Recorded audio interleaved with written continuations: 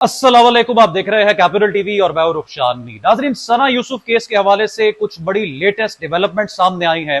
2 जून को जब बहिमाना कत्ल का यह अफसोसनाक वाकया इस्लामाबाद में पेश आया तो पुलिस ने 20 घंटे के अंदर मुलजिम उमर हयात को इस्लामाबाद से गिरफ्तार किया, लेकिन आज तक सना यूसुफ के वालिद और उनकी फुफ्फो के बयान सामने नहीं आए थे जो अभी सामने आए हैं। सना यूसुफ के वालिद ने तमाम तर मंजरकशी कर दी है कि 2 जून को जब बहिमाना कत्ल का यह वाकया इस्लामाबाद के G13 में पेश आया तो उस वक्त वो कहां पर थे, घर में क्या हुआ, कातिल उमर हयात सना यूसुफ के कमरे में कैसे दाखिल हुआ, घर पर कौन कौन मौजूद था और जो हमसाए हैं उन्होंने इस सारे मामले में क्या देखा।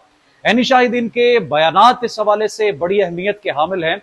सना यूसुफ के वालिद ने यह बताया है कि 2 जून को जब ये अफसोसनाक वाकया पेश आया तो सना यूसुफ ने अपनी वालिदा को सरफ लेने के लिए करीबी मार्केट में भेजा कि कपड़े धोने हैं और सफाई करनी है, लिहाजा सामान चाहिए। और उस वक्त सना यूसुफ की वालिदा करीबी मार्केट में गई सामान लेने के लिए और मुलजिम उमर हयात उसके घर के बाहर ही मौजूद था, कहीं पर ताक लगाए बैठा था और इसी वक्त का इंतजार कर रहा था कि उसके घर वाले घर से कब निकलते हैं। और उस वक्त मुबैना तौर पर कुछ हवा चली। अब जानते हैं इस्लामाबाद का मौसम जो है वो मुसलसल तब्दील हो रहा है और जो गेट है वो सिरक कर खुल गया और ये दरिंदा सिर्फ कातिल उस वक्त सना यूसुफ के घर में दाखिल हुआ और ऊपर वाले पोर्शन में मौजूद सना यूसुफ के कमरे में दाखिल हो गया।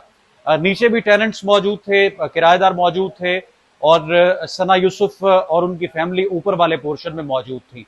अब सना यूसुफ के कमरे में जब ये शख्स दाखिल हुआ तो सना यूसुफ इसे अपने कमरे में देखकर हैरान रह गई और फौरी तौर पर इसे यहां से जाने का कहा और यह भी कहा कि यहां पर कैमरास मौजूद हैं, उनकी पुप्पो इस घर में मौजूद हैं और उसकी वालिदा भी आती ही होंगी।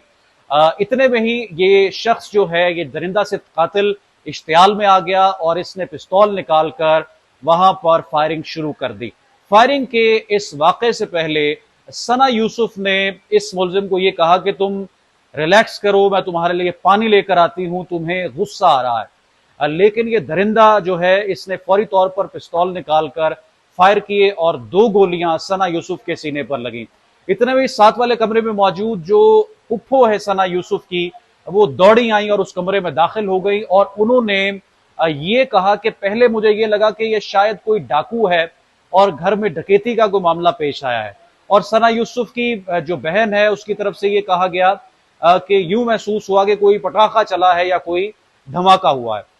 इतने में इस शख्स ने उनके आगे भी पिस्तौल तान दिया और फिर उनको डराकर फौरी तौर पर नीचे सीढ़ियां उतरा और वहां से फरार हो गया। जाकर एक बाइक राइड करवाई और बस अड्डे पर पहुंचा और फिर बस में सवार होकर वापस जो है वो फैसलाबाद चला गया और सना यूसुफ का जो मोबाइल है वो अपने साथ ही लेकर चला गया। जो तफ्तीश है उसमें चंद मजीद हकायक सामने आए हैं। 29 मई को जब दोनों के दरमियान मुलाकात थी, जो कि एक फोर्स्ड मुलाकात थी, ये शख्स मुसलसल उससे राबता कर रहा था और उसके सालगिरह की तकरीब में शामिल होने के लिए बार बार इसरार कर रहा था। तो उस वक्त जब ये इस्लामाबाद में इसी घर के बाहर पहुंचा तो 6 घंटे गाड़ी में बैठकर सना यूसुफ को कॉल्स करता रहा और 6 घंटे में सना यूसुफ ने इसकी कुछ कॉल सुनी और कुछ नहीं सुनी और इसे कहा कि तुम रुको, 1 घंटा इंतजार करो, आधा घंटा इंतजार करो। लेकिन 6 घंटे खड़े होने के बाद ये वहां से चला गया और दोनों के दरमियान जो राबता है वो खत्म हो गया।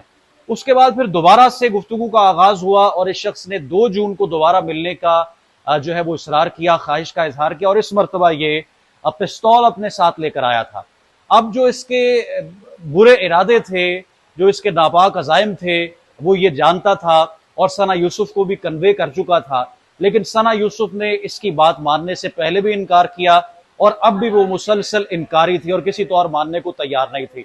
इसलिए अपने साथ एक पिस्तौल लेकर आया था और इस दरिंदा सिफ्त नौजवान जो कि इंसानियत के नाम पर एक धब्बा है, इसने उस 17 साला सना यूसुफ को मौके पर गोलियां मारकर कत्ल कर दिया और अपनी तरफ से तमाम तर जो शवाहिद हैं उनको मिटा दिया, मोबाइल फोन अपने साथ ले गया। लेकिन इस्लामाबाद पुलिस ने जिस तरह से मास्क होने के बावजूद इस मुलजिम को ट्रेस किया और 20 घंटे के अंदर कार्रवाई की, तमाम तर कॉल डाटा और सोशल नेटवर्किंग एप्स पर जो कॉन्वर्सेशन है उसका डाटा इकट्ठा किया। इस्लामाबाद पुलिस की जो कार्रवाई है ये यकीनी तौर पर काबिल सताइश है। इस वक्त मुल्क भर में सना यूसुफ के इंसाफ के लिए आवाज उठाई जा रही है और इस मुलजिम को सख्त से सख्त सजा देने की अपील जो है वो हर सतह पर की जा रही है। और अब देखें कि गुज़श्ता चंद दिनों में जो सोशल मीडिया है और जो इस वक्त माहौल एक बन चुका है पाकिस्तान में, वो इंतहाई खौफ का है। सोशल मीडिया सार्फिन, जो सोशल मीडिया यूजर्स हैं, बिलखुसूस जो खवातीन और बच्चियां हैं जो कि सोशल मीडिया पर काम भी करती है, कंटेंट क्रिएट भी करती है, वो काफी हद तक खौफजदा है। और इस हवाले से मोहतात रहने की ये जरूरत है कि किसी तौर भी किसी भी अजनबी के साथ और किसी भी ऐसे शख्स के साथ जो आपसे राबता कायम करना चाह रहा है आपको जाने बगैर और वो आपको नहीं जानता, अपनी जाती मालूमात हरगिज उसके साथ शेयर ना की जाए। हाँ, वो फेसबुक हो, इंस्टाग्राम हो या फिर कोई दूसरी नेटवर्किंग एप्लीकेशन हो, ये इंतहाई खतरनाक हो सकता है। अलबत्ता अगर इस तरह के मुजरिमों को सख्त और करार वाकई सजा दी जाए तो इस तरह के केसेस में नुमाया कमी आ सकती है, क्योंकि आपको जिस तरह से मैंने फिगर सामने रखे थे कि 2024 में तकरीबन 392 खवातीन को पाकिस्तान में मर्डर किया गया है और ये पाकिस्तान के तमाम सूबों में वफाकी दारुल हुकूमत में इस तरह के हीनस क्राइम्स जो हैं वो हो रहे हैं और ये बड़ी अलार्मिंग सिचुएशन है। और ये डोमेस्टिक वायलेंस हो या इस तरह के तमाम तर जो केसेस हैं, ये मंजर आम पर आना हमारे मुआशरे में पाई जाने वाली बेहिसी का मुंह बोलता सबूत है। कमेंट सेक्शन में लिखकर कीमती राय जरूर आगाह करें। रुखसार मीर को कैपिटल टीवी से इजाजत, दोबारा हाजिर होंगे। अल्लाह हाफ़िज़।